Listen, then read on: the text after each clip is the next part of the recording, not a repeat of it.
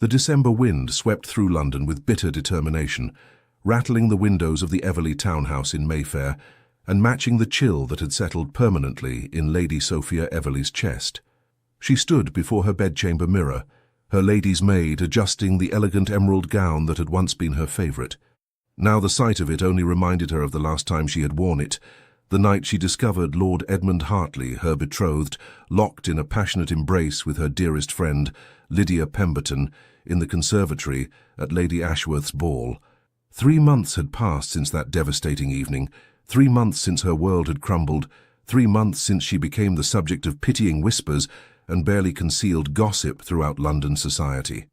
"You look beautiful, my lady," her maid Mary said softly, fastening a pearl necklace around Sophia's throat. Sophia barely heard her. Her reflection showed a woman of 23, with auburn hair arranged in fashionable curls, grey eyes that had once sparkled with joy now dulled by betrayal, and features that society had always deemed handsome. But she felt hollow, as though the treachery had carved out something essential from within her. "Lady Sophia," her father's voice called from the hallway, "the carriage is ready. We must not be late to the Westbrook dinner party." Sophia closed her eyes briefly, gathering her composure. Tonight would be another trial, another evening of facing the Tun's curious stares, of maintaining her dignity while Edmund and Lydia flaunted their impending nuptials. Their wedding was scheduled for January, and the entire season had become an endless celebration of their union. The union built on the ruins of Sophia's trust. She descended the grand staircase of the Everley townhouse, where her father, Richard Everley, Earl of Ashford, waited with evident concern in his weathered features. He had aged in these past months, the scandal affecting him nearly as much as it had affected his daughter. "My dear girl," he said gently, offering his arm, "you need not attend if you are not ready." "No one would fault you." "I will not hide, father," Sophia interrupted, her voice steady despite the tremor in her hands. "I have done nothing wrong. Let them stare, let them whisper. I will hold my head high." Pride was all she had left. She would not surrender it. The Westbrook residence blazed with candlelight, the sounds of string instruments and polite conversation drifting through the winter air as the Everleys arrived. Sophia felt the familiar tightening in her chest as they entered, immediately drawing the attention of dozens of guests. And there, near the grand fireplace, stood Edmund and Lydia. Edmund was as handsome as ever, golden-haired, blue-eyed, with the confident bearing of a man who had never known genuine consequence for his actions. Lydia clung to his arm, radiant in pink silk, her dark curls framing a face that had once been as dear to Sophia as a sister's. Their eyes met across the room. Lydia had the grace to look away first, a faint blush colouring her cheeks. Edmund merely smiled, that same charming smile that had once made Sophia's heart race, before turning to whisper something in Lydia's ear that made her laugh. The sound was like broken glass against Sophia's nerves. "Come," her father murmured, guiding her toward a quieter corner of the drawing-room. "Let us find Lady Pemberton. She has been asking after you." But Sophia barely heard him. Her attention had been captured by a figure standing apart from the crowd, partially obscured by shadows near the terrace doors. A man, tall, broad-shouldered, with dark hair that fell slightly too long to be fashionable, and a face that seemed carved from Highland granite. He wore his formal attire with the air of someone deeply uncomfortable in such clothing, and his dark eyes surveyed the room with what appeared to be profound displeasure. "Who is that?" Sophia found herself asking. Her father followed her gaze. "Ah, that is William Devereux, Duke of Kingscote. Scottish, though his title comes through his English mother's line. He inherited extensive estates in both England and Scotland. Rarely comes to London, prefers his lands in the Highlands, from what I understand. I believe Lord Westbrook is his cousin, which would explain his presence tonight." Sophia studied the man with unexpected curiosity. There was something in his bearing, a deep weariness, a profound isolation, that resonated with her own fractured spirit. He looked as though he wished to be anywhere but here, surrounded by the artificial gaiety of London society. As if sensing her scrutiny, the Duke's gaze suddenly shifted, meeting hers across the crowded room. For a moment, the world seemed to still. His dark eyes held depths of pain that mirrored her own. A recognition passed between them, silent and profound. Here was someone else who understood what it meant to suffer, to be wounded by life's cruelties. Then someone moved between them, breaking the connection, and the Duke turned away, slipping through the terrace doors into the December night. Sophia found herself following before she could question the impulse. The terrace was bitterly cold, her breath forming clouds in the frigid air. The Duke stood at the stone balustrade, staring out over the frost-covered gardens, his powerful frame tense beneath his dark coat. "Your Grace," Sophia said softly, approaching with careful steps. "Forgive the intrusion, but you seemed in need of rescue from the festivities." He turned slowly, his dark eyes assessing her with unexpected intelligence. "As did you, Lady Sophia Everly," she supplied, executing a small curtsy. "The Earl of Ashford's daughter." Recognition flickered across his stern features. "Ah, you are the young woman who— Forgive me. I do not follow society gossip with any dedication, but even I have heard whispers of Lord Hartley's infamous betrayal." Sophia stiffened, prepared to feel the usual sting of humiliation. But there was no pity in the Duke's expression, only a grim understanding. "And you are the Duke who lost his wife 3 years ago," she said quietly, surprising herself with her boldness. "Childbirth, I believe?" His jaw tightened, a muscle working beneath the sharp line of his cheekbone. "You are well informed. I am merely observant of those who share my disposition toward these gatherings." She moved to stand beside him at the balustrade, gazing out at the moonlit gardens. "We both wear our scars, Your Grace, though yours are perhaps less visible to the casual observer." A long silence stretched between them, broken only by the distant sound of music from within and the whisper of wind through barren trees. "Margaret was 19 when she died," the Duke said finally, his voice rough as gravel. "We had been married less than a year. The babe died with her, a son." He paused, his hands gripping the stone balustrade with white-knuckled force. "I have spent 3 years attempting to outrun that grief. It follows me still." Sophia felt tears prick her eyes, not for herself but for this stranger's devastating loss. Her own heartbreak seemed suddenly small in comparison. "I am deeply sorry, Your Grace," she whispered. "No words can diminish such pain." "No," he agreed, "they cannot, just as no words can restore your faith in those you trusted." He turned to look at her directly, his dark eyes surprisingly gentle. "How do you bear it, seeing them together, celebrating their happiness built upon your suffering?" "I bear it because I must," Sophia said simply, "because the alternative is to hide, to let their betrayal define the rest of my days. I refuse to grant them that power." Something that might have been respect flickered across the Duke's stern features. "You have courage, Lady Sophia, more than most." "Not courage, Your Grace, merely stubbornness." She offered him a small, sad smile, and perhaps a deep well of anger that I have not yet learned to drain. To her surprise, the Duke's mouth curved into the ghost of a smile, the first she had seen from him. It transformed his face, softening the harsh lines and revealing a glimmer of the man he might have been before tragedy had claimed him. "Stubbornness is a virtue often undervalued," he said, "particularly in circumstances such as yours." They stood together in companionable silence, two wounded souls finding unexpected solace in each other's presence. The cold bit through Sophia's gown, but she found she did not wish to return to the warmth and false cheer within. "They will marry in January," Sophia said softly, surprising herself by speaking the words aloud. "And I must endure an entire season of celebrations. Christmas parties, Yuletide balls, New Year festivities, watching them parade their happiness before all of London. Sometimes I wonder if I have the strength to survive it." The Duke was quiet for a long moment, his gaze distant. Then he turned to her with an expression of sudden determination. "What if you did not have to face it alone?" he asked quietly. Sophia blinked. "I beg your pardon." "What if," the Duke continued slowly, as though working through the thought as he spoke, "you had someone by your side, someone who could provide a distraction from their triumph, someone who might make them question whether they truly broke you at all?" Understanding dawned slowly. "Your Grace, are you suggesting—" "A pretense," he said firmly, "nothing more. You need protection from their cruelty and the Tun's pity. I need—" He paused, his expression darkening. "I need a reason to remain in England rather than fleeing back to the Highlands as every instinct demands. My cousin Westbrook has been insisting I re-engage with society, and I find myself lacking the will to resist his determined interference.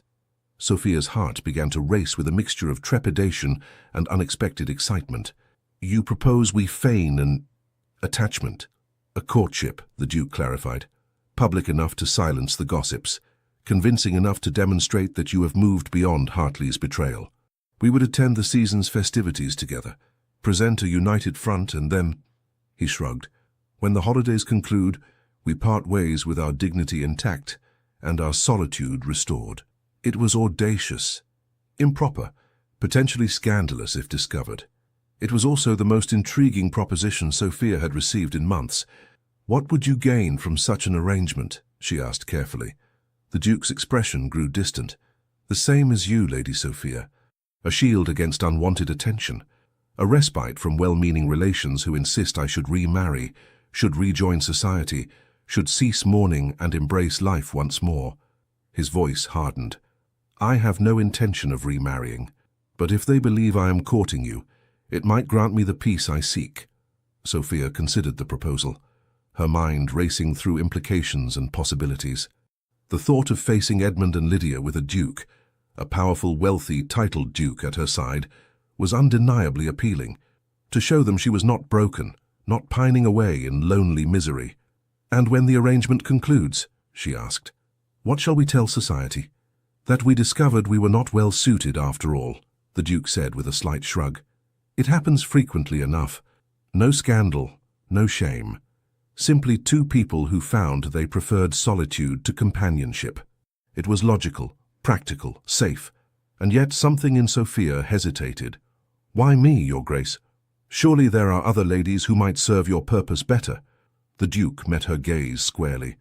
"Because when I look at you, Lady Sophia, I see someone who understands loss, someone who would not expect more than I can give, someone who might comprehend that some wounds never truly heal, we merely learn to carry them with greater grace."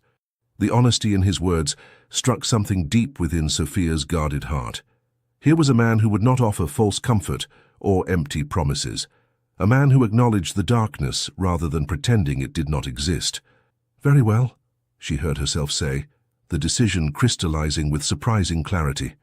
"I accept your proposal, Your Grace. Let us be each other's armor against the world's cruelties, at least until the new year dawns." The Duke extended his hand, his expression solemn. "Then we have an agreement, Lady Sophia." She placed her hand in his, feeling the warmth and strength of his grip even through their gloves. Something passed between them, a silent pact, an understanding deeper than words. "We should establish some parameters," Sophia said, suddenly aware of the intimacy of their clasped hands. "Rules for our arrangement." "Indeed," the Duke agreed, though he did not immediately release her hand. "First, complete honesty between us. If this is to work, we must trust each other, at least in private." "Agreed," Sophia said. "Second, discretion. We must be convincing in public, but maintain proper boundaries in private. I will not risk my reputation, even for such a scheme." "Naturally," the Duke said. "Third, either party may end the arrangement at any time, for any reason, with no questions asked and no recriminations." Sophia nodded slowly. "And fourth, when this concludes, we part as friends." "I would not wish to create animosity where we found unexpected understanding." "Friends," the Duke repeated, as though testing the word. Then he smiled, a real smile this time, reaching his dark eyes and transforming his entire countenance. "I have not had a true friend in years, Lady Sophia. I find the prospect unexpectedly appealing." "Nor have I, Your Grace," Sophia admitted. "It seems we may benefit from this arrangement in ways we did not anticipate." A burst of laughter from within the house reminded them both of where they were. The Duke glanced toward the terrace doors, his expression hardening once more into its usual stern mask. "Shall we return?" he asked, "and perhaps make our first public appearance as, what shall we call it, a budding courtship?" Sophia felt a flutter of nervous excitement. "I suppose we shall need to concoct a story of how this attraction developed." "On the contrary," the Duke said, a hint of mischief entering his dark eyes. "We shall tell them the truth, or a version of it, that we met tonight, found unexpected common ground, and discovered we enjoyed each other's company.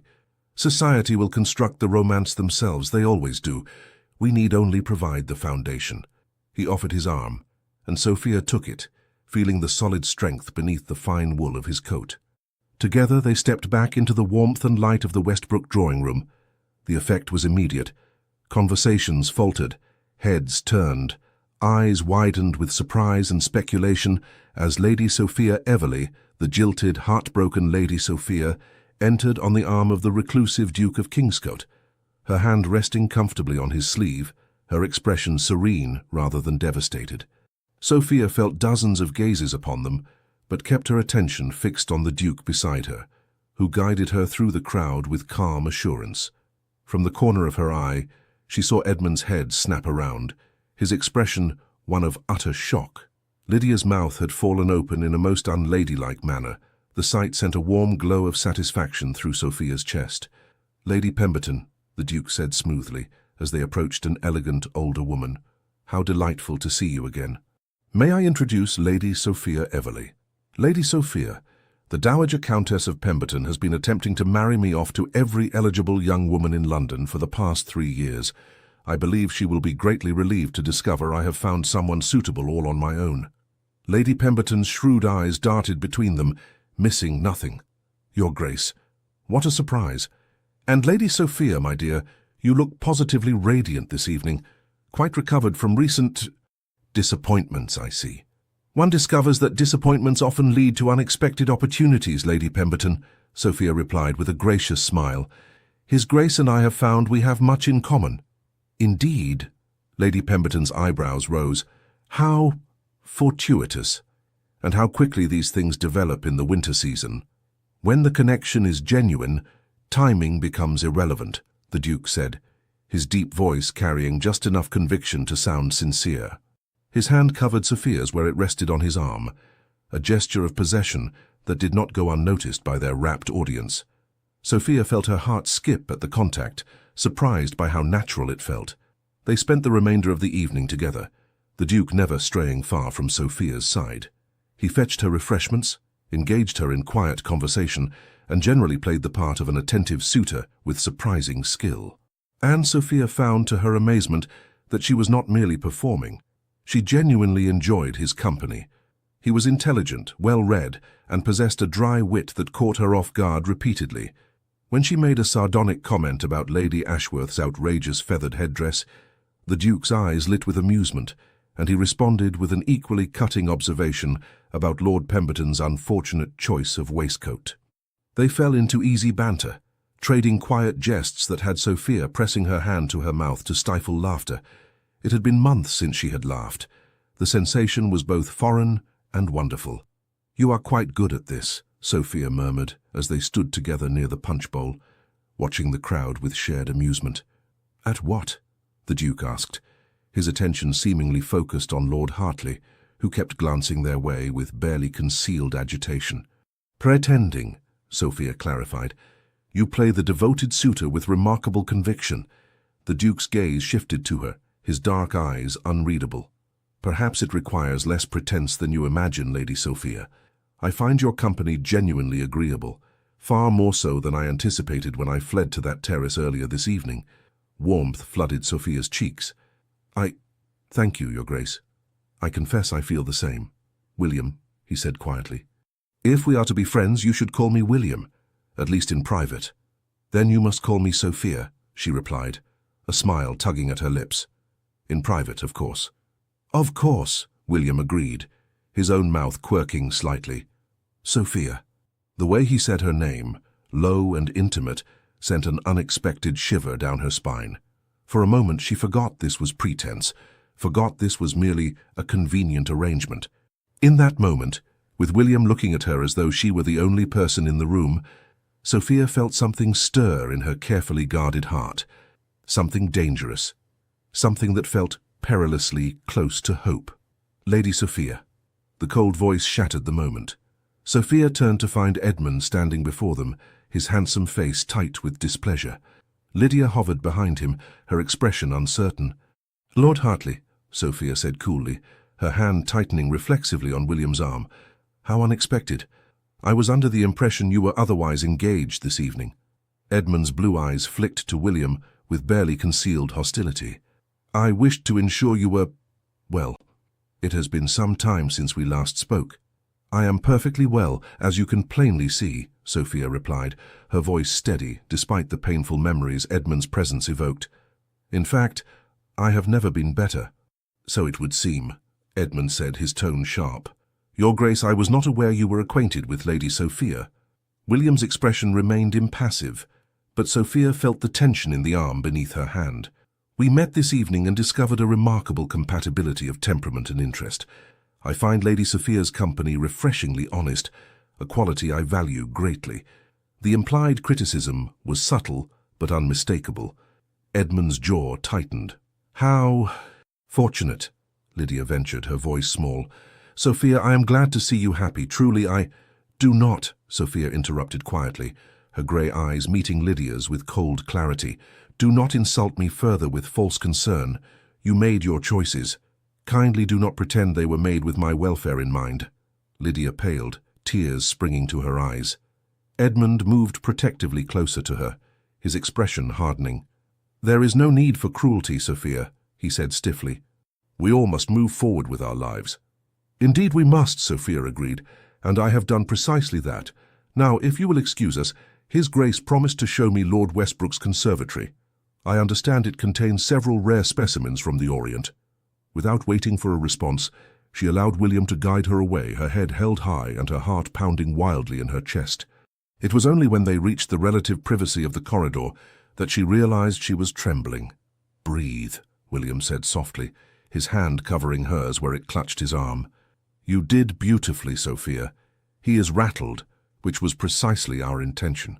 "I wanted to strike him," Sophia admitted, shocked by the violence of her own emotions. "I wanted to hurt him as he hurt me." "What does that make me?" "Human," William replied simply. "You are entitled to your anger." "But you demonstrated something far more powerful than violence. You showed him you have moved beyond his reach. That is a victory, Sophia." She looked up at him, struck by the understanding in his dark eyes. "Thank you," she whispered, "for standing with me." For what?"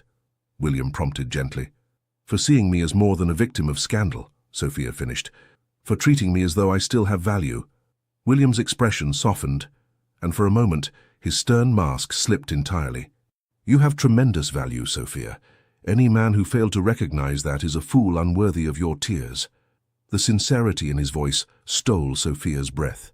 She found herself drowning in the depths of his gaze, acutely aware of their proximity in the dimly lit corridor, of the warmth of his hand still covering hers, of the subtle scent of sandalwood and winter air that clung to him. "William," she breathed, not knowing what she intended to say. But the moment shattered as voices approached, other guests seeking refuge from the crowded drawing room. William stepped back smoothly, his expression resuming its usual guarded composure, though something lingered in his eyes that made Sophia's pulse quicken. "Come," he said quietly. "Let us actually visit this conservatory. I find I am in desperate need of something living and green after the suffocating atmosphere of that ballroom." Sophia nodded, allowing him to lead her deeper into the house, away from Edmund and Lydia and the curious stares of society. And as they walked together through the quiet corridors, she reflected on the strange turn her evening had taken. She had arrived broken, dreading the ordeal ahead. She was leaving with an unlikely ally, a convenient arrangement, and something she had thought lost forever, the faint, fragile possibility that her heart might someday heal. It was not love. It was not even romance, but it was a beginning. The morning after the Westbrook dinner party, Sophia woke to find London transformed by snow. White drifts covered the city's usual grime, muffling sounds and softening harsh edges. From her bedchamber window, she watched snowflakes dance through the grey December air, her mind returning repeatedly to the previous evening's unexpected developments. William Devereux, Duke of Kingscote. Their arrangement. The look in his eyes when he told her she had value. She pressed her fingers to her lips, recalling the almost overwhelming moment in the corridor when she had been certain, absolutely certain, that he might kiss her. And more troubling still, she had wanted him to. This would not do. The arrangement was practical, nothing more. She could not afford to mistake convenience for genuine affection. Not again. Not after Edmund. "My lady," Mary entered with a curtsy, carrying a silver salver. "A message has arrived from the Duke of Kingscote." Sophia's heart performed an entirely inappropriate leap. She took the sealed letter with hands that trembled only slightly, breaking the wax seal to reveal strong, angular handwriting. "Lady Sophia, I trust you weathered last evening's ordeal without lasting damage to your composure. I confess I found our alliance far more agreeable than anticipated. If you are amenable, I would call upon you this afternoon at 3 o'clock. We should discuss the particulars of our arrangement and establish a schedule for the remaining holiday festivities. Also, I believe we should be seen together in public with some regularity to lend credibility to our courtship. If this does not suit, please send word and I shall adjust accordingly. Yours in conspiracy, W. Devereux. Sophia found herself smiling at the closing, "Yours in conspiracy." There was something charming about his formal tone coupled with wry humor. "Mary, please send a reply that the Duke will be most welcome at 3 o'clock, Sophia instructed, "and inform Cook that we shall need refreshments suitable for receiving a gentleman of such elevated rank." Mary's eyes widened with barely suppressed excitement. "Yes, my lady, oh my lady. Is it true what they're saying, that the Duke has developed a particular interest in you?" "Society says many things, Mary," Sophia replied diplomatically. "Not all of them bear repeating." But the maid's enthusiasm was infectious, and Sophia found her spirits lifting as she prepared for the Duke's visit. She selected a day dress of deep blue wool that brought out the grey of her eyes and allowed Mary to arrange her auburn hair in a softer style than she had worn in recent months.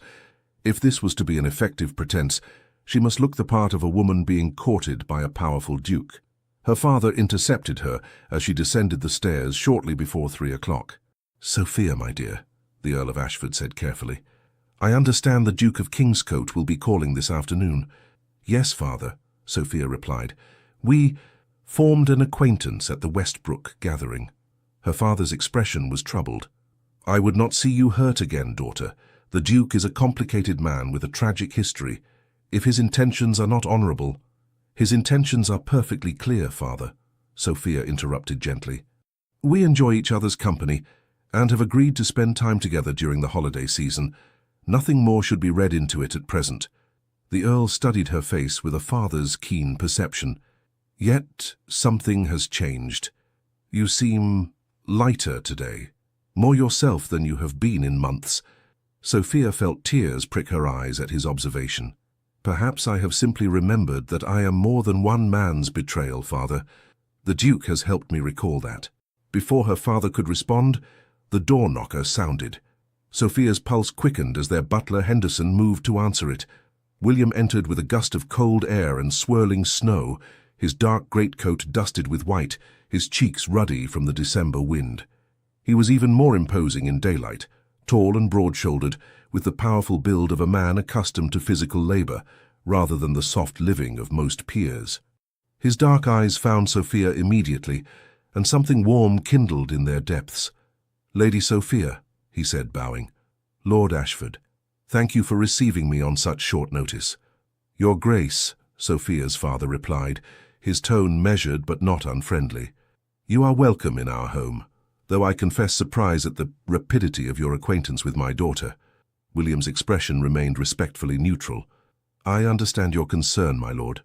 However, I assure you my interest in Lady Sophia's company is entirely respectful and sincere.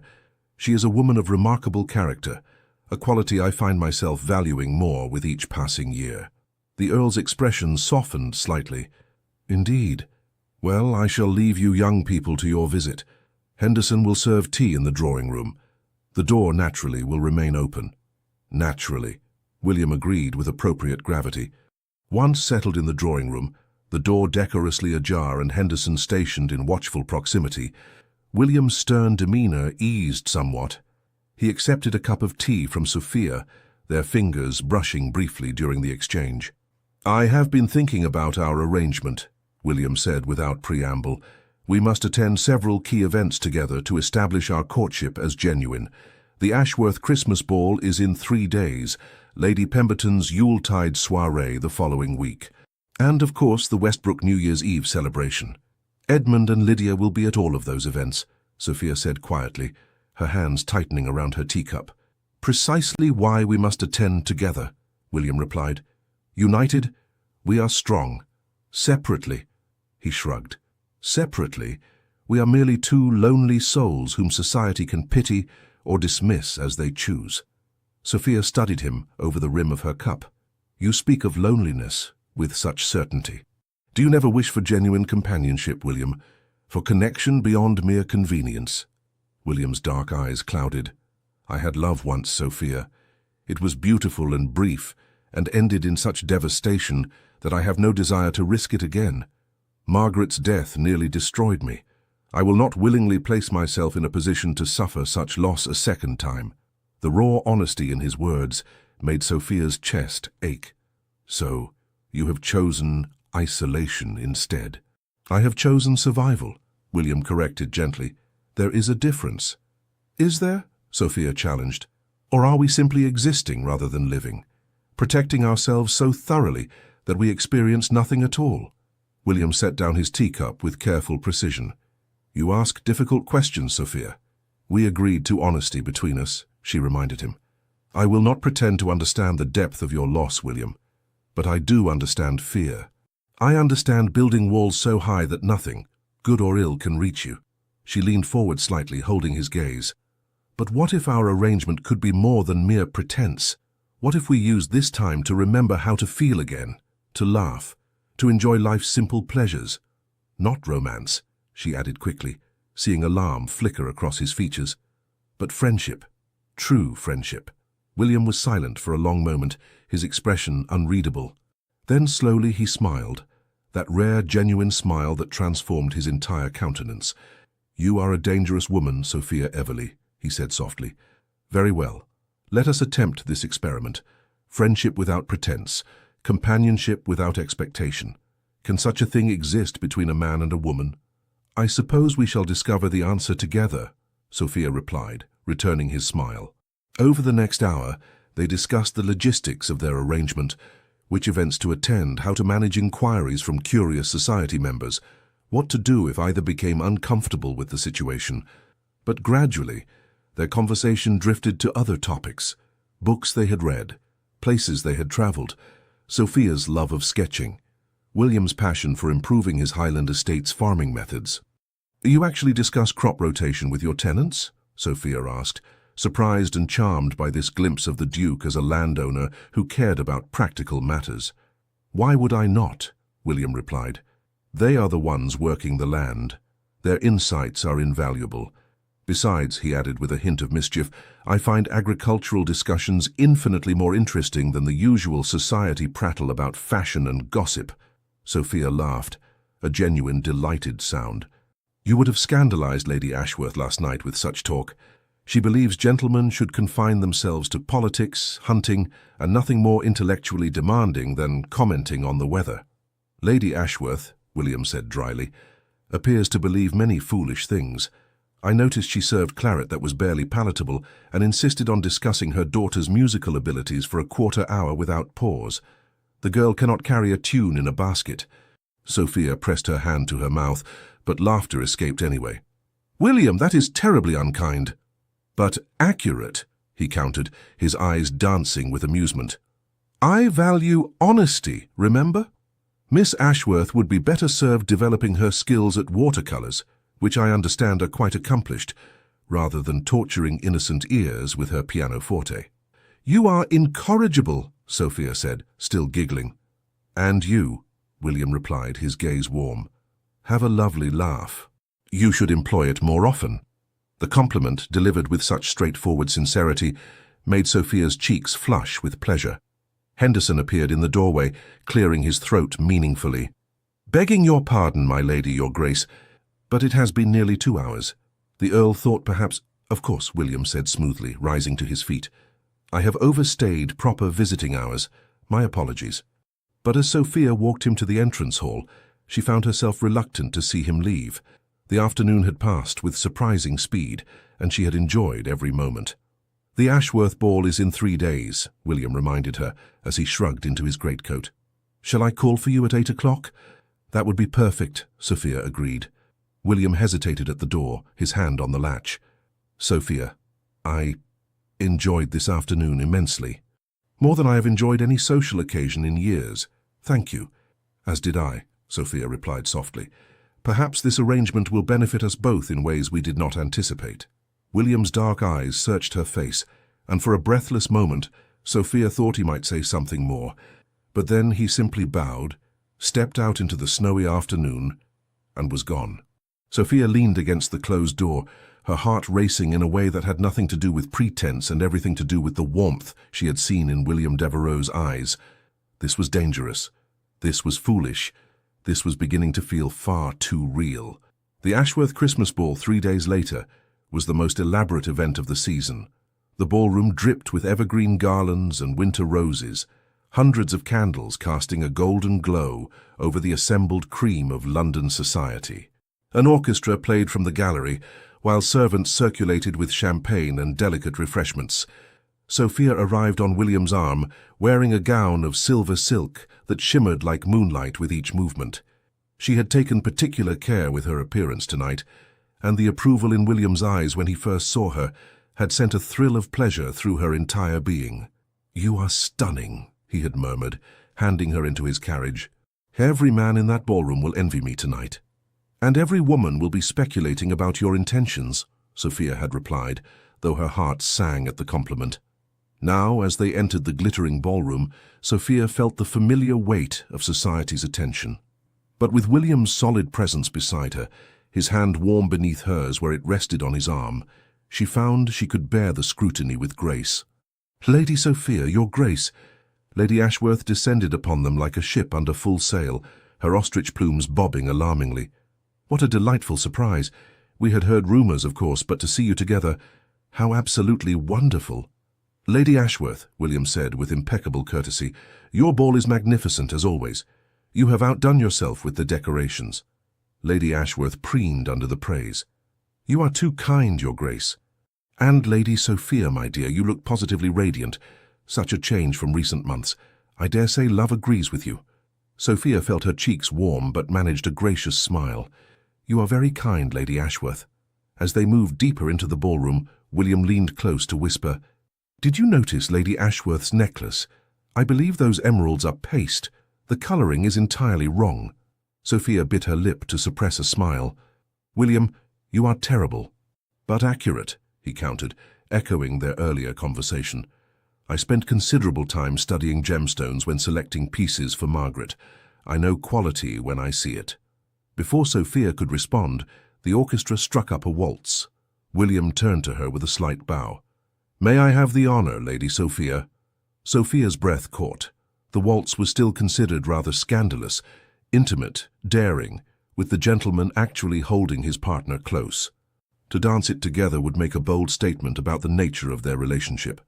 "I would be delighted, Your Grace," she said, placing her hand in his.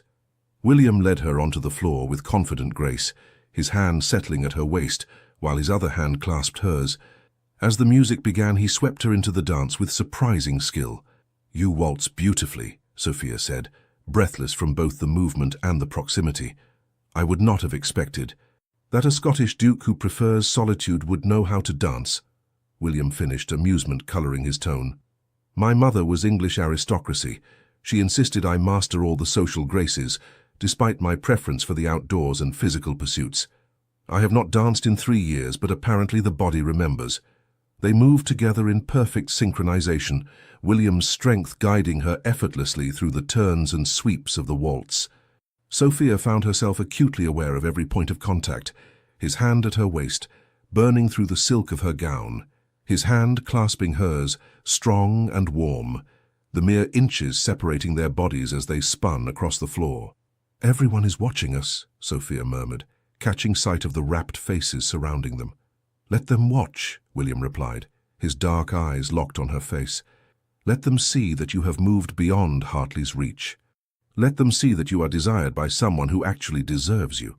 The intensity in his gaze made Sophia's heart stutter. For a moment, the pretense fell away entirely, and she found herself drowning in the depths of William's eyes, wishing desperately that his words were more than performance.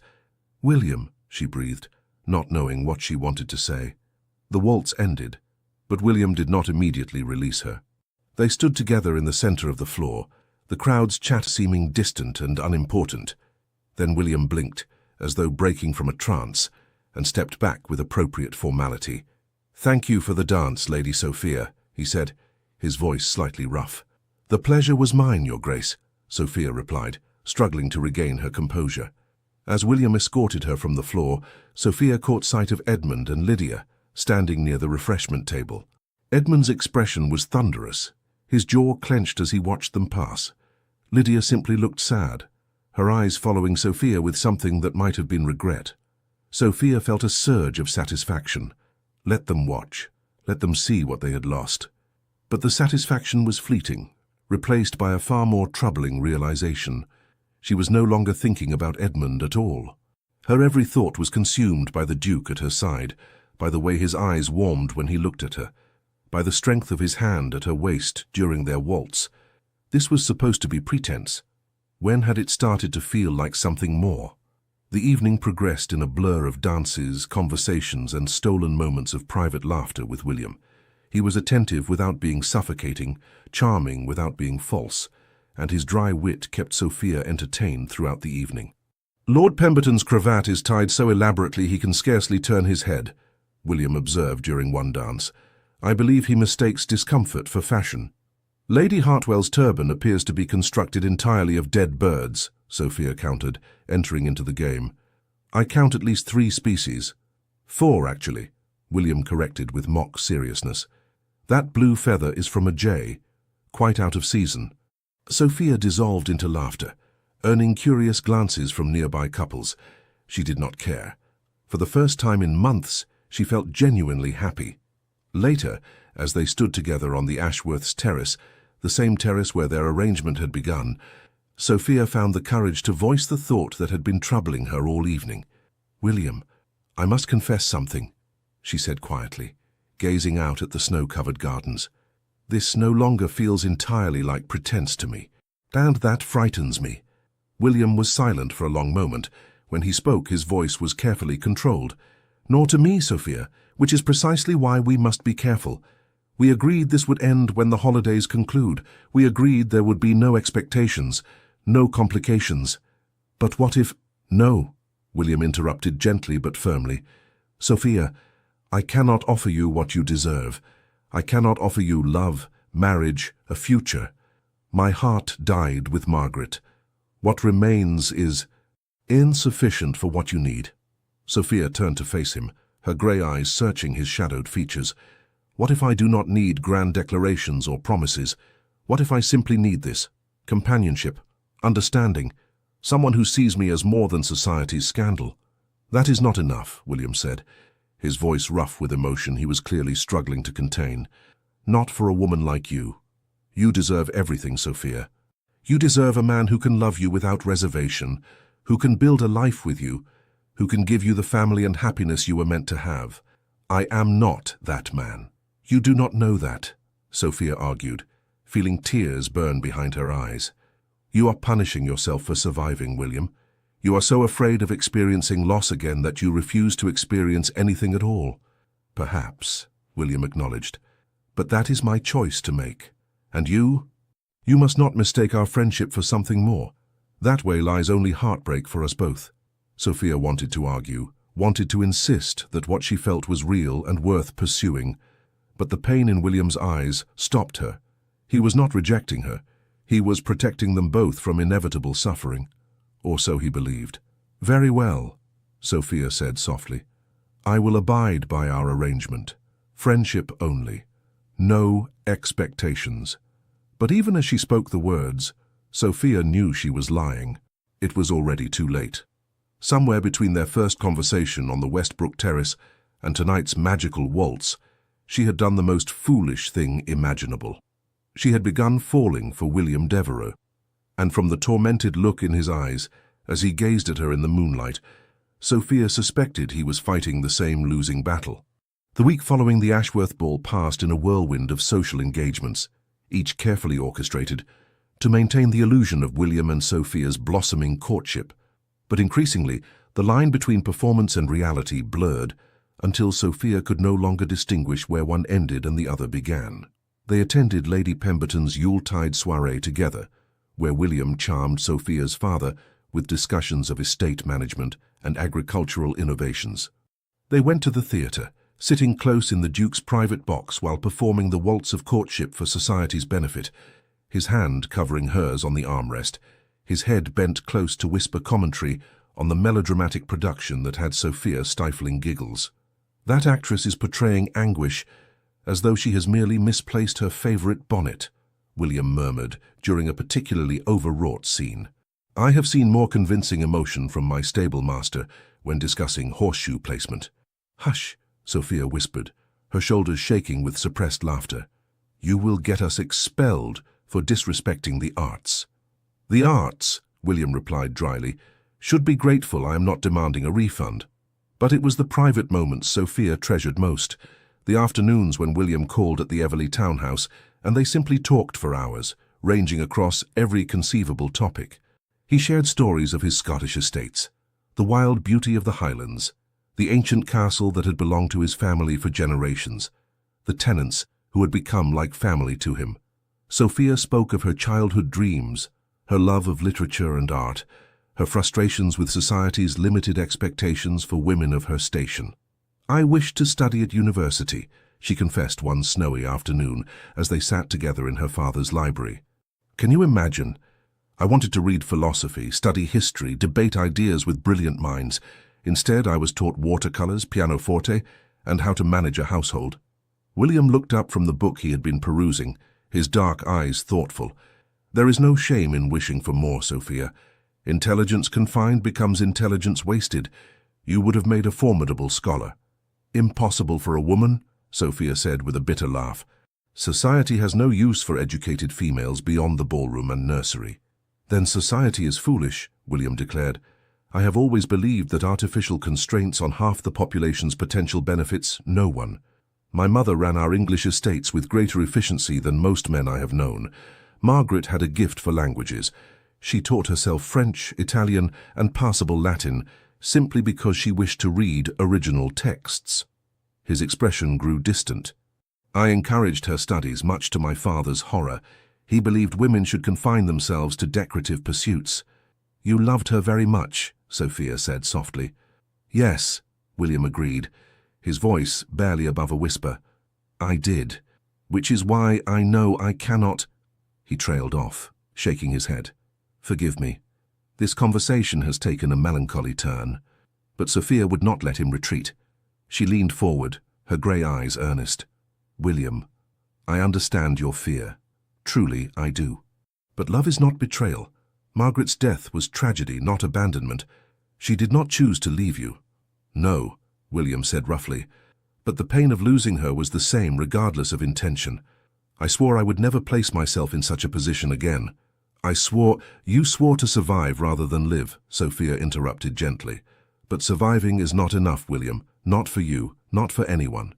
William rose abruptly, pacing to the window where he stood with his back to her, his broad shoulders tense. You ask too much, Sophia. I ask nothing, Sophia replied, though her heart ached at the torment in his voice. I merely observe what I see. A good man punishing himself for daring to survive tragedy. A lonely man who deserves companionship, but refuses to accept it. William turned, his dark eyes blazing with sudden emotion. And what of you, Sophia? You speak of my fears, but what of your own?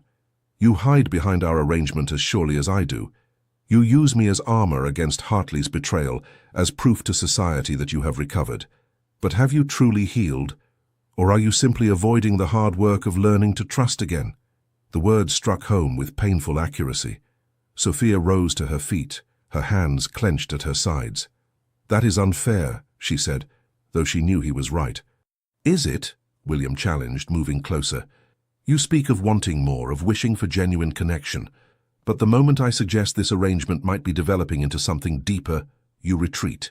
You hide behind practicality and remind me of our agreement. You are as afraid as I am, Sophia. You simply disguise it better." They stood facing each other in the quiet library, tension crackling between them like summer lightning. Sophia's breath came quickly, her pulse racing as William's gaze bore into hers with uncomfortable insight. "Perhaps we are both cowards," she whispered finally. "Perhaps we are both so wounded, never quite daring to bridge the distance." "Perhaps," William agreed, his voice rough. "Or perhaps we are wise enough to recognize that some risks are too great, some pain too devastating to risk experiencing twice." "And what of happiness?" Sophia asked, feeling tears prick her eyes. "What of joy, companionship, love? Are we to deny ourselves all of that out of fear?" William's expression softened, and he reached out slowly, his hand cupping her cheek with infinite gentleness. "Sophia," he murmured, his thumb brushing away a tear she had not realized had fallen. "Sweet, brave Sophia, I wish I could be the man you deserve. I wish I could offer you everything you should have. But I am broken in ways I cannot explain, damaged beyond repair. The best I can offer is friendship, and even that comes with reservations and limitations." Sophia leaned into his touch, her eyes closing as she savored the warmth of his palm against her skin. "What if friendship is enough?" she whispered. "What if I asked for nothing more?" "You would be lying," William said softly, "to me and to yourself." Before Sophia could respond, they heard footsteps approaching. William stepped back quickly, his hand falling away, his expression resuming its usual guarded reserve. By the time Henderson appeared in the doorway, they were standing at a perfectly respectable distance, the charged atmosphere between them invisible to casual observation. "Begging your pardon, my lady, your grace," Henderson said, "but Lord Ashford requests Lady Sophia's presence in his study." "Of course," Sophia replied, her voice admirably steady despite the emotional turmoil roiling within her. "William, forgive me. We can continue our discussion another time." "There is nothing to forgive," William said formally. "I should take my leave in any case. Good afternoon, Lady Sophia." He bowed with perfect courtesy and departed, leaving Sophia standing alone in the library, her fingers pressed to the cheek he had touched, her heart in utter chaos. She was in love with him. The realization crashed over her with the force of a winter storm.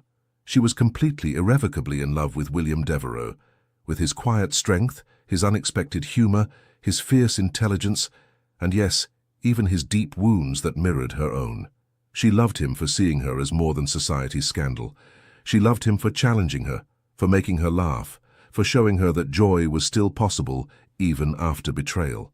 And he had just told her, as clearly as words could convey, that he could never love her in return. Sophia pressed her hand to her mouth, stifling a sob. How had she been so foolish? How had she allowed herself to fall for a man who had explicitly warned her his heart was beyond reach?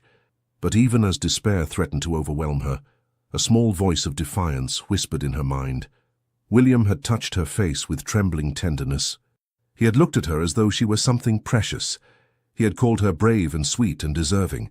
Those were not the actions of a man incapable of feeling. Those were the actions of a man fighting desperately against feelings he could not control. Perhaps, Sophia thought, straightening her spine and drying her tears, the question was not whether William could love again. The question was whether he would allow himself to love again, and whether Sophia had the courage to fight for him.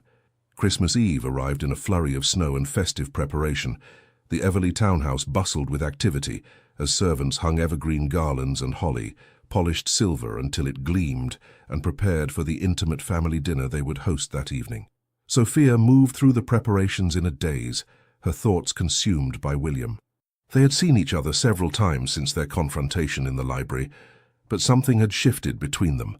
The easy camaraderie had grown strained, weighted by unspoken emotions and careful distance. William was withdrawing. Sophia could feel it with every polite greeting, every formal bow, every conversation that remained firmly in safe territory. He was preparing to end their arrangement, to return to his Highland isolation when the new year dawned. The thought was unbearable. "Sophia, darling," her mother, Lady Catherine Everleigh, called from the drawing-room, "come look at the kissing bough, is it not lovely?" Sophia dutifully admired the traditional decoration, a sphere of evergreen branches adorned with ribbons, dried fruit, and the requisite sprig of mistletoe. In better times she might have found it charming. Now it merely reminded her of what she could not have. "It is beautiful, mother," she said, forcing a smile. Lady Catherine studied her daughter with a mother's keen perception. "You are unhappy, dearest. Is it Lord Hartley? I know seeing him with Miss Pemberton must be difficult, but—" "It is not Edmund," Sophia interrupted gently. "I confess I have scarcely thought of him in weeks." "Then it is the Duke," Lady Catherine said knowingly. "Oh, my dear girl, you have fallen in love with him." Sophia felt tears spring to her eyes. She had not confided in anyone, had carefully maintained the pretense that her relationship with William was merely a convenient arrangement. But mothers, it seemed, saw what others missed. "I have been such a fool," Sophia whispered. "He told me from the beginning that his heart was beyond reach.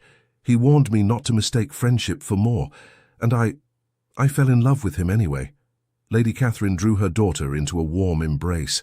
"Love is not foolish, Sophia. Love is the bravest thing we do, but tell me, does he care for you in return?"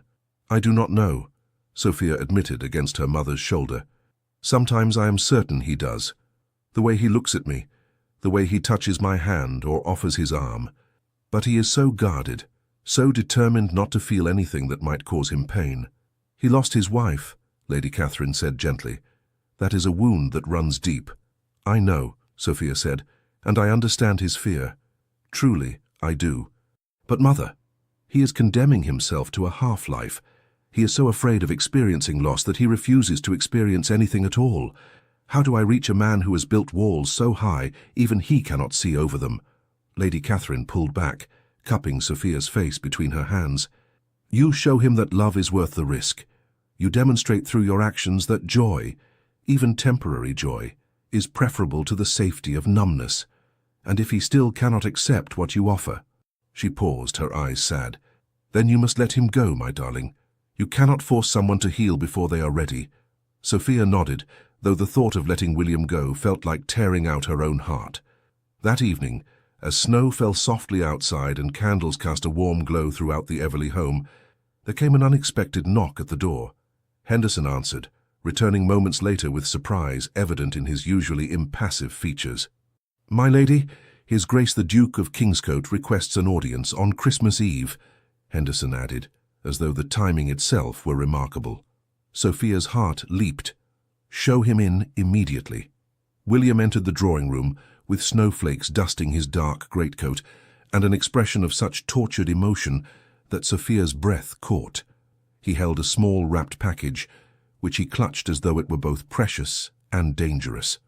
"William," Sophia breathed, rising to her feet. "I did not expect—" "Forgive the intrusion," William interrupted, his voice rough. "I know it is Christmas Eve, that you have family obligations, but I could not let another day pass without—" He stopped, seeming to struggle for words. Sophia's parents had discreetly withdrawn, leaving them alone, a breach of propriety that spoke to the seriousness of the moment. "Without what?" Sophia prompted softly, moving closer. William set the package on a side table, his hands shaking slightly. "Without admitting the truth, to you and to myself." He met her gaze, his dark eyes filled with anguish and something else, something that made Sophia's heart soar. "I have been lying, Sophia, to you, to everyone, but most of all to myself." "About what?" Sophia whispered, though she thought she knew. "About this being merely an arrangement," William said, his voice cracking. "About my heart being beyond repair. About not wanting—" He took a shuddering breath. "About not wanting you with every fiber of my being." Sophia felt tears spill down her cheeks. "William, let me finish," he pleaded. "I have rehearsed this speech 100 times, and if I stop now, I may never find the courage again." He moved closer, his hands reaching for hers, gripping them as though she were his anchor in a storm. "I have spent 3 years convincing myself that I died with Margaret, that my capacity for love was buried in that cold grave. But then you appeared, brilliant, wounded, brave Sophia, and you reminded me what it feels like to be alive." "I love you," Sophia said, unable to contain the words any longer. "I love you, William. I think I have loved you since that first night on the terrace when you looked at me and saw not a scandal, but a person worthy of respect." William closed his eyes, a single tear tracking down his stern face. "I do not deserve your love. I am damaged, Sophia. I am broken in ways that may never fully heal. I still wake in the night haunted by memories of loss. I still fear that loving you will invite disaster, but I am more terrified of living the rest of my life without you than I am of any pain the future might bring." He released one of her hands to cup her face, his touch achingly gentle. "I love you, Sophia Everly. I love your courage and your intelligence and your terrible jokes about Lord Pemberton's cravats. I love the way you laugh without reservation and argue without fear. I love that you see my wounds and do not flinch from them. I love you, and I am asking, begging, for the chance to be the man you deserve." Sophia's heart was so full she thought it might burst. "You already are, William, you already are." And then finally, he kissed her. It was gentle at first, tentative, as though he feared she might dissolve like morning mist. But when Sophia responded, her hands sliding up to circle his neck, her lips parting beneath his, the kiss deepened into something profound and transformative. It was a promise and a confession, a claiming and a surrender. It was everything Sophia had dreamed of and more, passionate yet tender, desperate yet reverent. When they finally broke apart, both breathing heavily, William rested his forehead against hers. "Marry me," he whispered, "not as an arrangement, not as pretense, but truly. Be my wife, Sophia. Share my life, my homes, my future. Let me spend the rest of my days proving that you made the right choice in loving such a broken man."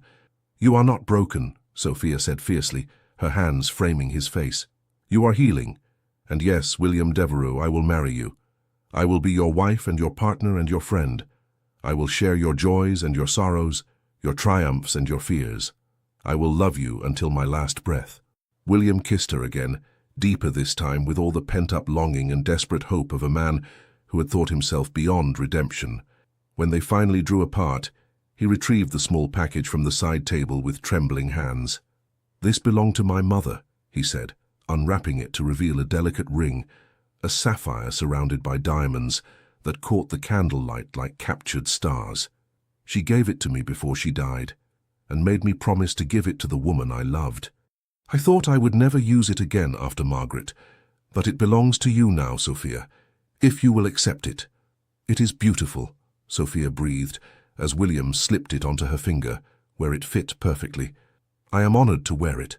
"The honor is mine," William replied, raising her hand to press a kiss to her palm. "To have your love, to have your trust after all you have suffered, it is a gift beyond measure." They stood together in the soft glow of candlelight, holding each other as snow fell outside, and Christmas Eve wove its magic around them. For the first time in years, William felt hope stirring in his chest, where only grief had dwelt. And Sophia, looking up into the dark eyes of the man she loved, knew that some risks were worth taking, some wounds could heal, and some love stories began in the most unexpected ways. "We should tell my parents," Sophia said eventually, though she was reluctant to leave the warmth of William's embrace. "In a moment," William murmured, pulling her close again. "For now, let me simply hold you, and marvel at the fact that you have agreed to be mine." "I was already yours," Sophia replied softly. "I think I have been since that first night." "As I have been yours," William confessed, though I was too stubborn and frightened to admit it. They shared another kiss, this one tender and full of promise. And when they finally emerged from the drawing room to share their news with Sophia's delighted parents, they did so hand in hand, united not by convenience or pretense, but by the most powerful force in existence, love that dared to bloom even in winter's coldest depths. The announcement of Lady Sophia Everly's engagement to William Devereux, Duke of Kingscote, sent shockwaves through London society. Within hours of the news becoming public on Christmas Day, the Everly townhouse was inundated with callers, letters, and floral arrangements. Some visitors came bearing genuine congratulations, others arrived propelled by curiosity and the irresistible lure of gossip. Sophia faced it all with William at her side, and newfound confidence in her heart. She no longer cared what society thought or whispered. She had found something infinitely more valuable than their approval. She had found love with a man who saw her, truly saw her, and loved her, not despite her wounds, but perhaps partly because of them. "Lady Hartwell has called 3 times, Mary reported on Boxing Day morning, her eyes wide with excitement. "She is desperate to know all the details, my lady. Shall I admit her?" "Absolutely not," Sophia replied cheerfully. Lady Hartwell is the worst gossip in London. Whatever I tell her will be repeated with embellishments within the hour. Send her my regards and inform her I am otherwise engaged." "With the Duke?" Mary asked with barely suppressed glee. "With wedding preparations," Sophia corrected, though she could not suppress her smile. "His Grace and I are to be married in 3 weeks' time. There is much to arrange." 3 weeks. William had insisted on a brief engagement, declaring that having finally acknowledged his feelings, he saw no reason to delay their union. Sophia's father had raised initial objections about the unseemly haste, but Lady Catherine had taken her husband aside for a private conversation, after which the Earl had reluctantly agreed. "If the Duke makes Sophia happy, and if she loves him, then I shall not stand in their way," he had declared. "Heaven knows the girl has suffered enough disappointment. Let her have her happiness." Now, as Sophia sat in the morning room reviewing fabric samples for her wedding gown, she heard William's familiar footsteps in the hallway. Her heart performed its now customary leap at his approach. "Good morning, my love," William said, entering with a kiss to her temple that made Mary giggle and excuse herself hastily. "I trust you slept well." "I did not sleep at all," Sophia admitted.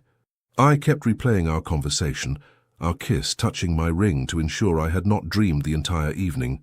William settled beside her on the settee, taking her hand in his. The sapphire caught the morning light, sending azure sparks dancing across the walls. "It was not a dream," he assured her softly, "though I confess to similar disbelief. I keep expecting to wake and find myself back in the Highlands, alone with my grief and regrets." "No more regrets," Sophia said firmly, squeezing his hand. "We have wasted enough time on fear and self-protection.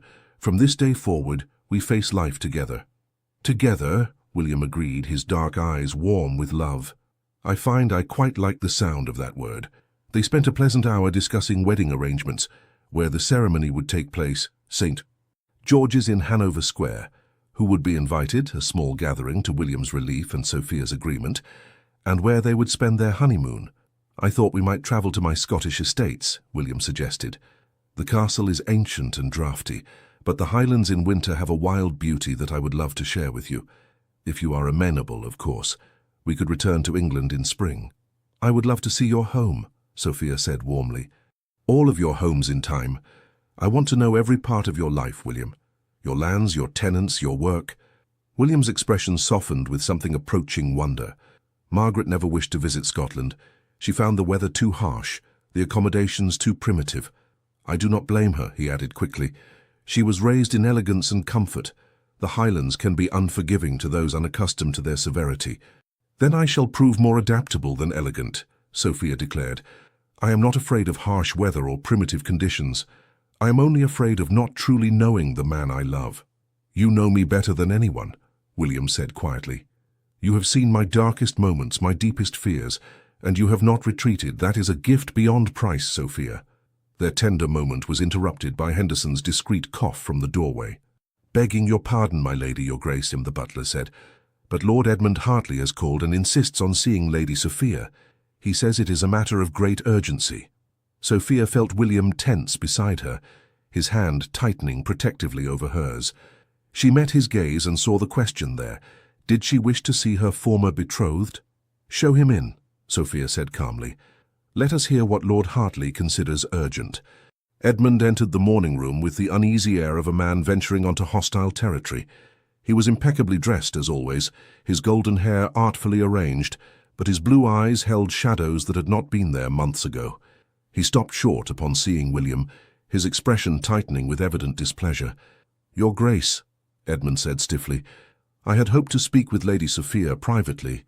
"Whatever you wish to say to Lady Sophia may be said in my presence," William replied with quiet authority. "As her betrothed, I have every right to remain." Edmund's jaw clenched at the word betrothed, but he turned his attention to Sophia. "Is it true, then? You are to marry the Duke?" "I am," Sophia confirmed, her voice steady. "The wedding is in 3 weeks. But I cannot imagine why this concerns you, Edmund.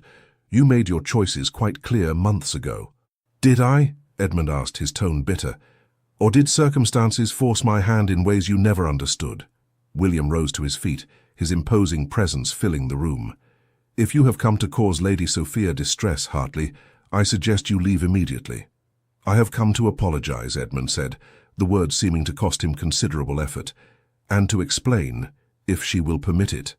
Sophia studied her former betrothed with detached curiosity. There was a time when Edmund's presence would have devastated her, when any word from him would have sent her emotions into chaos. Now, she felt only mild interest and the faint echo of old pain. "Very well," she said. "I will hear you out, but be quick about it. The Duke and I have wedding arrangements to finalize." Edmund flinched at the reminder but pressed forward. "My father's estate was in dire financial straits," he began, his words coming in a rush. "Debts I knew nothing about until after we became engaged. Lydia's father offered to settle those debts in exchange for—" He paused, color flooding his face. "In exchange for an alliance between our families, through marriage." "So you broke our engagement for money," Sophia said flatly. "How noble." "It was not like that," Edmund protested. "My father threatened to disinherit me if I refused. He said the entire estate would be lost, that our tenants would be thrown from their homes. I thought I was making a sacrifice for the greater good." "By betraying the woman who loved you?" William interjected coldly. "By humiliating her before all of society? Forgive me if I fail to see the nobility in such actions." "I know," Edmund said, his shoulders slumping. "I know I handled it badly. I should have been honest with Sophia from the start. Instead, I behaved like a coward. I allowed my feelings for Lydia, which I had been fighting for months, to become an excuse for the inexcusable." "You loved Lydia," Sophia said softly, not as a question, but as a statement of fact. Edmund nodded miserably. "I did. I do. But I also cared for you, Sophia. I never wanted to hurt you. I was weak and selfish, and I have regretted it every day since." Sophia felt an unexpected wave of compassion for the broken man before her. Edmund was not a villain. He was simply human, flawed and fallible like everyone else. He had made terrible choices, but he was clearly suffering the consequences. "Why are you telling me this now?" she asked gently. "Because you deserve to know the truth," Edmund replied. "And because—" he glanced at William, then back to Sophia, "because seeing you with the Duke, seeing you happy and loved as you deserve to be, I realized what I destroyed. Not just your trust, but something precious that can never be recovered. I wanted you to know that I recognize what I lost, and that I am truly, deeply sorry." Silence fell over the morning room. Sophia could feel William's tension beside her, his protective instincts clearly warring with respect for her autonomy. She reached for his hand, grounding herself in his steady presence before responding. "I forgive you, Edmund," she said quietly. The words surprised her even as she spoke them, but she realized they were true. Not because what you did was acceptable, but because holding on to anger and resentment serves no purpose. You made choices that caused me tremendous pain, but those choices also led me here to William, to a love I never imagined possible. Perhaps everything happened as it was meant to." Edmund's eyes glistened with unshed tears. "You are far more generous than I deserve, Sophia. The Duke is a fortunate man." "Yes," William agreed without hesitation. "I am. More fortunate than I ever thought to be again." Edmund moved toward the door, then paused. "I hope you will both be very happy. Truly, you deserve it." After he departed, Sophia remained silent for a long moment, processing the unexpected encounter. William pulled her gently into his arms, his chin resting atop her head. "Are you well?" he asked softly. "That cannot have been easy."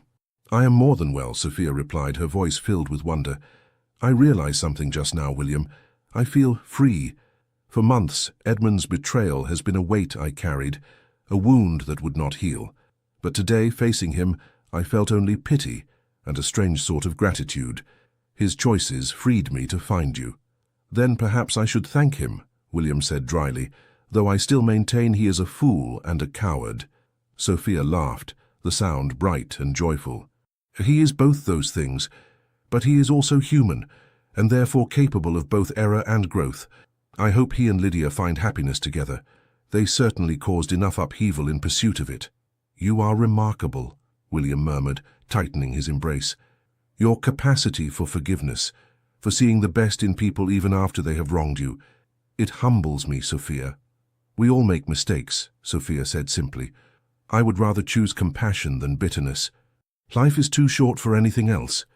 The Westbrook New Year's Eve ball arrived, with all the grandeur and spectacle expected of the season's final great event. The ballroom was draped in silver and gold, hundreds of candles, creating a magical atmosphere as London's elite gathered to bid farewell to 1804 and welcome 1805. Sophia arrived on William's arm wearing a gown of midnight blue silk that made her grey eyes luminous. She wore the King's Coat sapphire proudly, drawing admiring and envious glances in equal measure. But she cared nothing for the attention. Her every thought was focused on the man beside her, her betrothed, her love, her future. This shall be our last performance, William murmured as they entered the ballroom. After tonight we need never attend another society gathering if you do not wish it. I do not mind them so much any more, Sophia replied, surprising herself with the truth of it. When I have you beside me, even Lady Ashworth's ostrich plumes become bearable. William's laugh, a genuine, unguarded sound of pure joy, turned several heads. The reclusive Duke was laughing, in public. The ton would gossip about it for weeks. They danced the first waltz together, moving in perfect harmony as they had at the Ashworth ball. But this time there was no pretense, no careful distance. William held Sophia close, his dark eyes locked on her face with open adoration that made her heart soar. I love you, he whispered, as they turned across the floor. I shall never tire of saying those words. And I shall never tire of hearing them, Sophia replied, her smile radiant, though I confess I prefer hearing them in private, where I can properly demonstrate my response. William's eyes darkened with desire and promise. Soon, my love. In 3 weeks you will be my wife, and I shall spend every day showing you how deeply I cherish you. The evening progressed in a blur of music, conversation, and celebration. Sophia noticed Edmund and Lydia across the room. They appeared to be arguing in heated whispers, but she felt no satisfaction in their evident discord. She simply felt indifferent. That chapter of her life had closed completely. As midnight approached, guests gathered in the ballroom, champagne in hand, counting down the final seconds of the old year. Sophia stood wrapped in William's arms, her back against his broad chest, his hands clasped over hers. 10, 9, 8. This time last year I thought I would never feel happiness again, William murmured in her ear. I was convinced my life had ended with Margaret's death. 7, 6, 5. And I thought Edmund's betrayal had destroyed my capacity for trust, Sophia replied softly. 4, 3, 2. We were both wrong, William said. We were not destroyed. We were simply waiting. 1. Happy New Year. As the ballroom erupted in cheers and celebration, as the orchestra struck up Auld Lang Syne, William turned Sophia in his arms and kissed her with a passion that drew whistles and applause from the crowd. Sophia kissed him back without restraint, no longer caring about propriety or appearances. This was her love, her future, her everything. When they finally broke apart, both breathless and grinning, Sophia noticed that Edmund and Lydia had departed. In fact, she realized with some surprise she could not recall exactly when they had left. They simply did not matter anymore. Come, William said, taking her hand. Let us slip away from this crush. I wish to begin the new year with you alone. They made their way to the terrace, the very terrace where their arrangement had begun weeks ago. But everything had changed since that cold December night. The pretense had become truth. The convenient alliance had blossomed into love. Two wounded souls had found healing in each other's arms. The terrace was empty, the other guests preferring the warmth indoors. Snow drifted lazily from the dark sky, settling on the stone balustrade and dusting their hair with white. London spread before them, its chimneys smoking, its windows glowing with candlelight. This is where it began, Sophia said softly, where you proposed our arrangement. The best decision I ever made, William replied, pulling her close. Even when I told myself it was merely practical, my heart knew the truth. I was already falling for you, Sophia.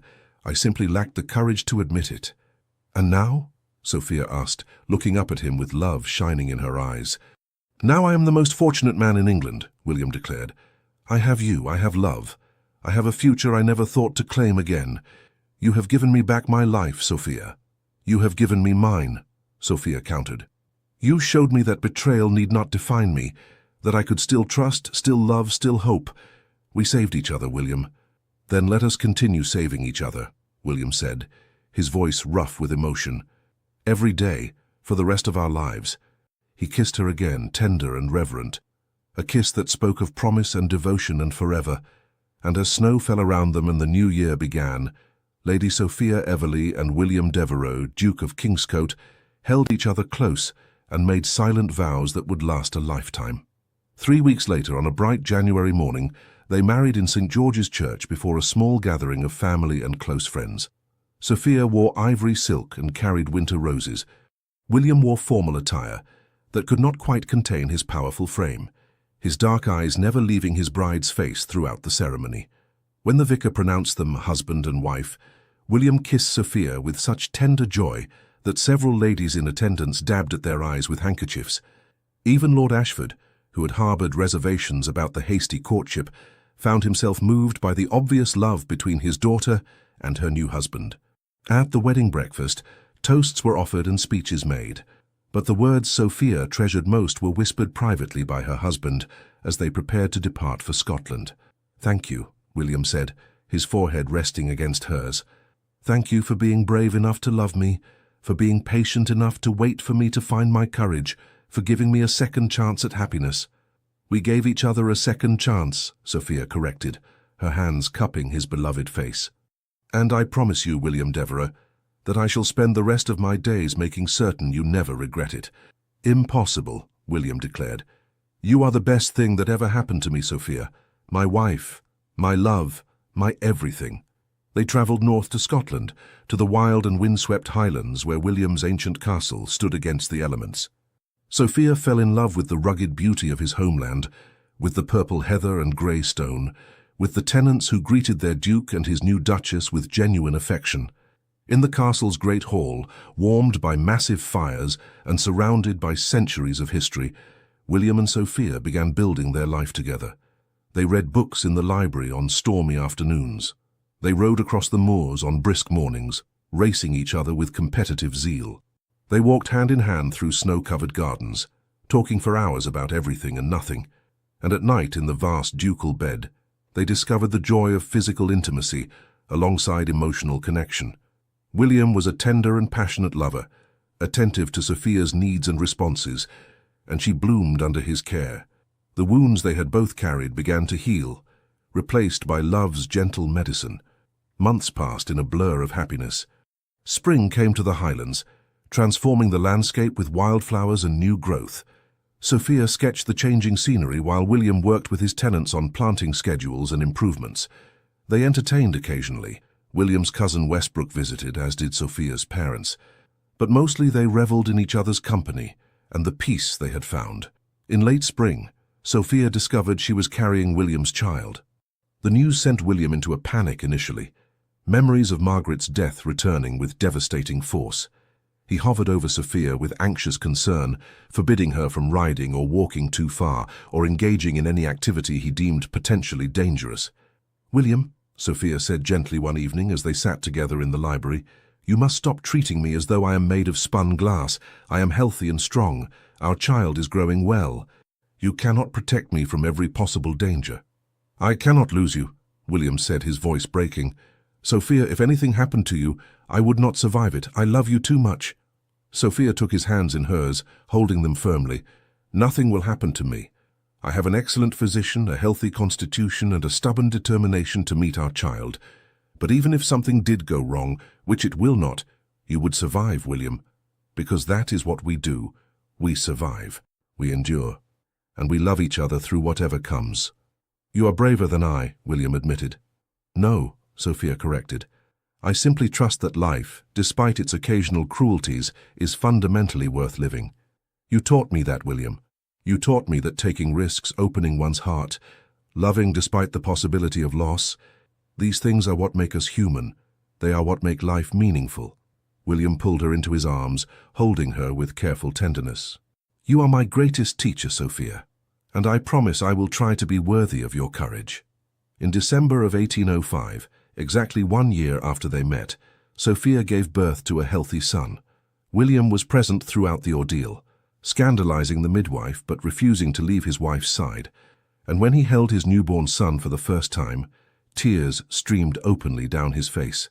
"He is perfect," William whispered, gazing at the tiny, red-faced infant with absolute wonder. "Sophia, he is absolutely perfect. He looks like you," Sophia said weakly but happily from the bed. "Same dark hair, same stubborn chin." "Thank God he has your nose," William replied, moving to sit beside his wife, their son cradled carefully between them. "Mine is far too prominent. They named him Thomas William Devereux, heir to the Duchy of Kingscote." And as Sophia watched her husband cradle their son with infinite gentleness, she reflected on the strange journey that had brought them to this moment. A year ago, she had been heartbroken, humiliated, convinced she would never trust again. William had been isolated, wounded, certain his capacity for love had died. Yet here they were, husband and wife, parents to a beautiful son, with a love that had grown stronger and deeper with each passing day. "What are you thinking?" William asked softly, noticing her contemplative expression. "I am thinking about last Christmas," Sophia replied. "About how desperately unhappy we both were. About how certain we were that joy was behind us." "And now?" William prompted, shifting closer so she could rest her head on his shoulder while they both gazed at their sleeping son. "Now I am thinking that sometimes the worst moments of our lives lead us to the best ones," Sophia said. "Edmund's betrayal brought me to you. Margaret's death, terrible as it was, made you the man I fell in love with, deep, compassionate, capable of profound feeling. We were both broken, but we healed each other." "You healed me," William corrected gently. "I was merely existing before you, Sophia. You taught me to live again." "We healed each other," Sophia insisted, "and we will continue doing so for the rest of our days." In the years that followed, the Duke and Duchess of Kingscote became known for their deep devotion to each other and their family. They divided their time between England and Scotland, raising not just Thomas, but eventually 3 more children, 2 daughters and another son. Their homes were filled with love, laughter, and the occasional spirited debate. William never fully lost his reserved nature, but with Sophia by his side, he learned to open himself to joy. He smiled more freely, laughed more often, and gradually allowed others past his carefully constructed walls. Sophia continued to bloom as the Duchess, using her position to advocate for education for girls and improved conditions for tenant farmers. She never lost her sharp wit or her artist's eye, and she taught all their children to value both intelligence and compassion. They encountered Lord Edmund Hartley and his wife Lydia occasionally over the years. The meetings were civil, even cordial. Edmund's marriage had proven rocky, more obligation than passion, but they made it work. There was no animosity between the couples, merely the distant politeness of people whose lives had briefly intersected before diverging onto different paths. Years later, when Sophia was grey-haired and William's dark hair was streaked with silver, they returned to the terrace where their story began. Their oldest son was preparing to marry, and the Westbrook New Year's Eve ball was once again the culmination of the holiday season. "Do you remember?" William asked, pulling his wife close as they had stood so many years before. "Do you remember when we were frightened, wounded young people who thought happiness was beyond our reach?" "I remember a duke who proposed a convenient arrangement," Sophia replied with a smile. "And a foolish young woman who agreed, not knowing she was agreeing to a lifetime of love." "Not so foolish," William said, kissing her temple. "You saw what I could not, that taking the risk was worth it, that opening our hearts, despite our fears, would lead to something beautiful." "We have been very fortunate," Sophia agreed, leaning into her husband's familiar warmth. "No," William corrected, echoing words she had once spoken to him. "We gave each other a second chance. And we chose every day to love courageously despite our fears. That is not fortune, my darling, that is bravery." As midnight approached and a new year prepared to dawn, the Duke and Duchess of Kingscote stood together on that same terrace where their love story had begun. Their children and grandchildren celebrated inside. Their love, tested by time and strengthened by trials, had become the foundation for a family built on respect, affection, and unwavering devotion. They had both needed something that Christmas of 1804. Sophia needed a shield against society's pity and judgment. William needed a reason to rejoin the world. What they found instead was infinitely more precious, a partner who understood their wounds, a love that healed rather than hurt, and the courage to trust again. As the clock struck midnight and a new year began, William Devereux kissed his wife with the same passion and devotion he had shown on their wedding day. And Sophia Devereux, once the heartbroken Lady Sophia Everly, kissed him back, grateful every day for the Christmas miracle that had brought them together. Some stories end with happy endings. This one began with a convenient arrangement and became a love story for the ages. Proof that even the most wounded hearts can heal, that trust can be rebuilt, and that sometimes, when we need something most desperately, life gives us not what we asked for, but exactly what we needed all along. 5 years after their marriage, the snow fell softly over the Kingscote estate in the Highlands as the Devereux family gathered for Christmas. Thomas, now an energetic 5-year-old, raced through the corridors with his younger sister Catherine in pursuit. Their infant brother James slept peacefully in the nursery under the watchful eye of his nurse. In the great hall, Sophia stood before the massive fireplace, arranging evergreen garlands, while William directed footmen in hanging the kissing bough, a tradition Sophia had insisted they maintain. Higher on the left side, William instructed with mock seriousness, "The symmetry must be perfect, or my wife shall be displeased." "Your wife is already displeased with your inability to follow simple instructions," Sophia called over her shoulder, earning a laugh from the assembled servants. William crossed to her, wrapping his arms around her waist from behind and nuzzling her neck. "Impertinent woman. Have you no respect for your duke?" "None whatsoever," Sophia replied cheerfully, turning in his embrace to kiss him soundly. "You married me for my impertinence, if I recall correctly." "Among other qualities," William agreed, his dark eyes warm with love and amusement. "Your stubbornness, your terrible sense of humor, your habit of leaving books open throughout the house. My ability to make you laugh," Sophia interrupted, running her fingers through his hair. "My willingness to brave Scottish winters. My remarkable patience with your hovering whenever I am with child." "That is not hovering," William protested. "That is appropriate husbandly concern." "That is hovering," Sophia corrected with a grin. Their playful banter was interrupted by Thomas's breathless arrival.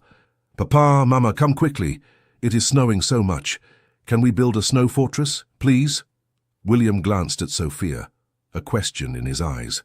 She nodded, and together they bundled their children into warm clothes and ventured out into the winter wonderland. They spent the afternoon building an elaborate snow fortress, staging epic snowball battles that had all of them rosy-cheeked and laughing. When Catherine declared herself too cold to continue, they retreated indoors for hot chocolate and Christmas biscuits before the roaring fire. That evening, after the children were tucked into bed and the house had settled into peaceful quiet, William and Sophia stood together in the library, the same library where Sophia had once confronted William about his fears. "Do you ever regret it?" William asked softly, pulling his wife close. "Choosing me instead of a younger man without such complicated history?" "Never," Sophia replied firmly. "Not for a single moment. You are the love of my life, William Devereux. Everything I endured, Edmund's betrayal, the humiliation, the pain, led me to you. I would suffer it all again for the gift of being your wife." "You are far too good to me," William murmured, kissing her forehead. "Nonsense," Sophia declared. "I am exactly as good to you as you deserve, which is exceptionally good indeed." William laughed, that full, unrestrained sound of pure joy that still made Sophia's heart sing. "I love you, Sophia Devereux, more than words can possibly express." "I love you too," Sophia replied, rising on her toes to kiss him, "my grumpy Scottish duke, who turned out to have the softest heart in all of Britain." "I am not grumpy," William protested half-heartedly. "You are absolutely grumpy," Sophia countered, "but only I am allowed to say so." As they stood together in the warm glow of firelight, surrounded by evidence of the life they had built together, Sophia reflected once more on the journey that had brought them here. She thought about the heartbroken girl she had been, the isolated man William had been, and the love that had transformed them both. Sometimes, she thought, the best Christmas gifts come wrapped in the most unexpected packages. Hers had come in the form of a reluctant duke who proposed a convenient arrangement and ended up giving her forever. And that, Sophia thought as William swept her into his arms and carried her toward their bedchamber with a wicked grin was the greatest gift of all. The end. Thank you so much for joining us until the end of this story. If you felt moved by Sophia and William's journey from heartbreak to healing, please like, comment, share, and subscribe to our channel. From the bottom of our hearts, we thank you for supporting our stories. Your love keeps us inspired to create more tales full of passion, redemption, and true love. At the end of this video, you'll see a suggestion for another story from our channel. Click and be surprised by more emotional journeys like this one. With all our gratitude, the Legends of the Fall Team.